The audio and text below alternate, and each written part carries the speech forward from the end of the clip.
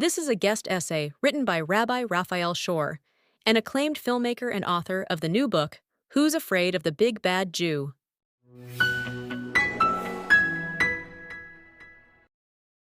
Abraham's discovery of God, infinite yet personal, was humanity's greatest discovery.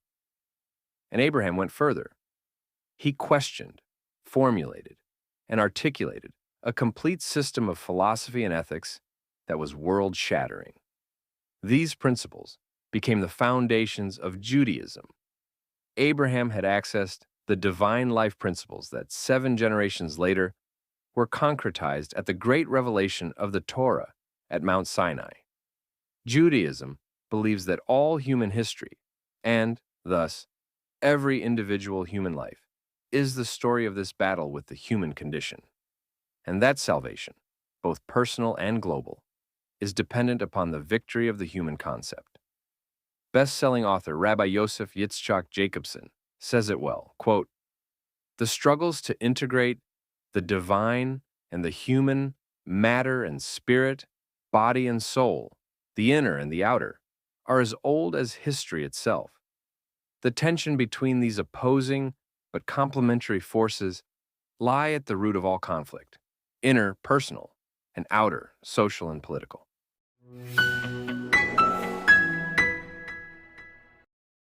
The Nazi response, a war of worldviews. Hitler said, quote, "No nation will be able to withdraw or even remain at a distance from this historical conflict." The Nazis believed that spirituality dehumanizes man, while Judaism holds that man humanizes the universe. The Torah illustrates this worldview eloquently through the story of Rebekah. While still in her womb, Rebekah's twins fought desperately, causing her such anguish and pain that she sought out a prophet to explain the unusual nature of her pregnancy. The prophet revealed that she was carrying 2 diametrically opposed leaders. The 19th century Jewish philosopher Rabbi Shimshon Raphael Hirsch explained the prophetic response. Rebekah was informed that she carried 2 nations in her womb who would represent 2 different forms of social government. The one state would build up its greatness on spirit and morals, on the humane in humans. The other would seek its greatness in cunning and strength. Spirit versus strength, morality versus violence oppose each other, and indeed, from birth onwards, will they be in opposition to each other. The whole of history is nothing else than a struggle as to whether spirit or sword, or, as our sages put it, whether Caesarea or Jerusalem is to have the upper hand. Judaism and Nazism share a common worldview. There is another world war, one more significant than the battles fought with guns and tanks, an epic ideological struggle. The Nazis fought on the side of brute force, and the Jews on the side of love. One side wielded the might of a vast army and empire. The other commanded an empire of the spirit. The Nazis sought to destroy the moral power of the Jews with raw force, through degradation and deprivation, killing millions. And yet, they could not achieve their goal. Hermann Rauschning, a former Nazi, tried to alert the world to these ideas. As the president of the Senate of the Free City of Danzig from 1932 to 1934, he had several conversations with Hitler, which led him to subsequently reject the Nazi movement and flee to the United States. He wrote several books before and during the war in a desperate attempt to show the free world that Nazism was a serious threat, warning, quote, "The new element, Nazism, is at the same time of immemorial age. It is the craving, suddenly grown to immense urgency, to throw off domestication and all civilized restrictions. Be not deceived. This urge to return to the primitive is felt not only by the Germans. Among the masses everywhere, there is the same strong desire to throw off the burdens and obligations of a higher humanity. This is the same human struggle that author Fyodor Dostoevsky so powerfully described through the character of Ivan Karamazov in The Brothers Karamazov. Set in Spain during the bloody days of the Christian Inquisition, Jesus appears and is arrested by the Grand Inquisitor, who proceeds to lecture him. The Inquisitor argues that Jesus' mistake and sin was expecting too much of humanity. By placing on people the moral burden of freedom and a moral code, he demanded too much. For this sin, the inquisitor plans to burn Jesus at the stake for imposing the Judeo-Christian worldview. You want to go into the world with some promise of freedom, which they, humanity, in their simplicity and innate lawlessness, cannot even comprehend, which they dread and fear. For nothing has ever been more insufferable for man and for human society than freedom. Ivan had identified man's discomfort with the burden of personal responsibility. Instead of taking over men's freedom, you increased it still more for them. Did you forget that peace and even death are dearer to man than free choice and the knowledge of good and evil? There is nothing more seductive for man than the freedom of his conscience, but there is nothing more tormenting either. Jesus' mistake was that he had, quote, overestimated mankind. I swear, man is created weaker and baser than you thought him. Respecting him so much, you behaved as if you had ceased to be compassionate, because you demanded too much of him. Respecting him less, you would have demanded less of him, and that would be closer to love, for his burden would be lighter. He is weak. That struggle continues today, on the global scale of world power and within each of us. This conflict is the fault line of the human condition. On this point, the Torah, Hitler, Dostoevsky, and Nietzsche agree. The Nazi Revolution was a modern rebellion against the call to civilization, the call to Sinai. During and after World War II, the Arab and radical Islamic worlds, including Hamas and Iran, picked up the baton. 3,000 years ago, the psalmist King David prophesied about how the world would chafe at the ethical responsibilities of Jewish values. Quote, "Why do the people gather and the nations talk in vain? The kings of the earth take their stand, and the lords conspire secretly against God and his anointed the Jews, saying, 'Let us cut their cords of the moral burden and cast off their ropes.'" This is why the Talmud states, in a play on words, that at Mount Sinai, hate came into the world. While Jew hate certainly predated Sinai, it now had a powerful new motivator aimed at the Jews. It was there, at the dawn of a new era in human history, when the Ten Commandments and the Torah were given, that antisemitism took on its profound significance. Hitler said it directly, as quoted by Rauschning, "The Ten Commandments have lost their validity."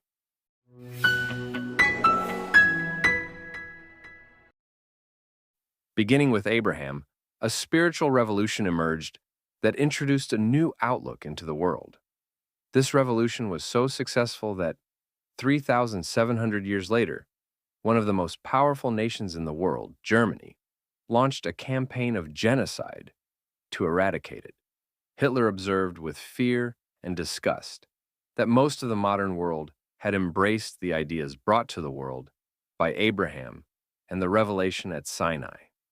These Jewish teachings promote values that are now widely accepted: classic Western liberalism, rejecting the primitive ideals of might makes right, and instead striving for equal and human rights and the dignity and sanctity of life. They advocate for caring for the oppressed and downtrodden, promoting universal education, creating social welfare programs to help the sick and needy, encouraging tolerance, working to end racism, and fostering peace and the end to violence and war. These ideals, which are fundamental to Judaism, were not widely accepted when they were first introduced. It is no coincidence that one of the freest countries in human history has a verse from the Hebrew Bible inscribed on its liberty bell: "Proclaim liberty throughout all the land and to all the inhabitants thereof." It is also no coincidence that the global institution tasked with working for world peace, the United Nations, takes its vision from the Jewish prophet Isaiah. "They shall beat their swords into plowshares and their spears into pruning hooks. Nation shall not lift up sword against nation, neither shall they learn war any more.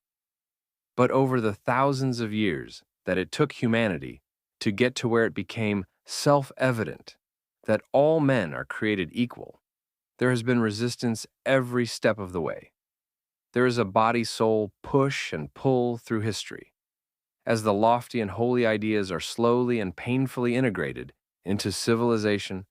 They are simultaneously resisted. The pushback is called antisemitism.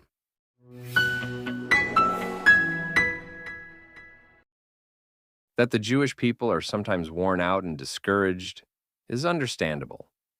The scope of Jewish pain is so deep and beyond description that the continued commitment of the Jewish people is remarkable. They've endured millennia of relentless hatred, bullying, oppression, crusades, pogroms, and the Holocaust, producing multi-generational trauma that is profound and often beyond description. The toll on the Jewish psyche is immense, as Jew haters have been sought to solve the so-called Jewish problem in every generation, leading to deep and lasting scars. Rabbi Lord Jonathan Sacks poignantly wrote of the consequences of antisemitism and the Holocaust, quote, "Collective traumas of this magnitude take several generations to play themselves out, and we still live with their aftershocks. Like Jacob after his wrestling match with the angel, we limp."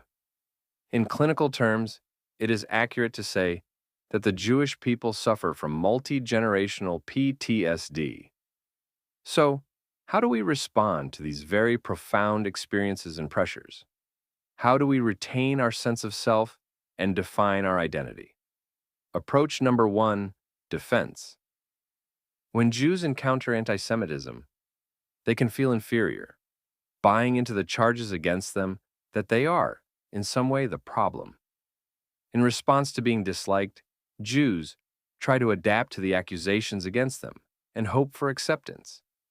They appeal to their detractors to stop hating them, saying, "We are not what you accuse us of.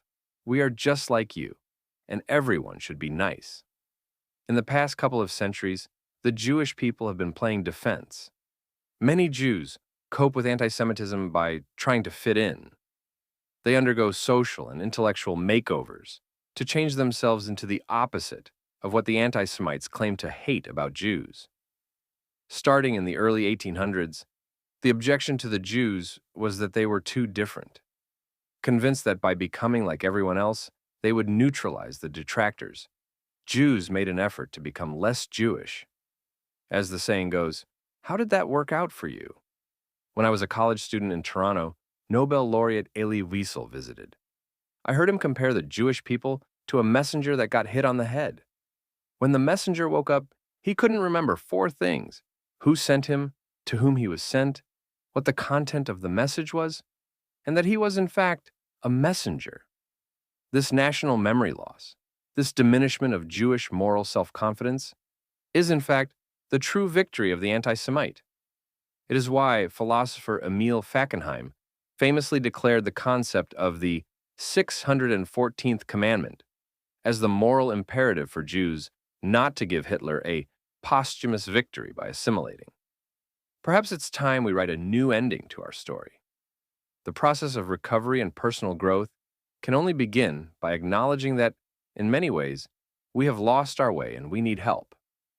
As Leonard Cohen poetically warned Montreal's Jewish leadership in a 1963 address, "Now, before we begin, we must face that despair that none of us dares articulate, that we no longer feel we are holy. There will be no psalms, there will be no light, there will be no illumination until we can confess the position into which we have decayed." But this recognition of our current state can be the first step toward renewal and strength. Just as our ancestors have done throughout history, we can rise and reclaim our connection with ourselves and with God, so we can move forward with resilience and embrace our sacred mission. Then, there is approach number 2, resilience and grit Judaism. In response to the Nazi Yellow Star, German Jewish World War I veteran Robert Welch published an inspiring message to his brethren entitled Wear it with pride. He wrote, quote, April 1st, 1933 could be the day of Jewish awakening and rebirth if the Jews desire it, if they show maturity and greatness within them, and if they are not as misrepresented by their opponents. Under attack, the Jews must acknowledge themselves.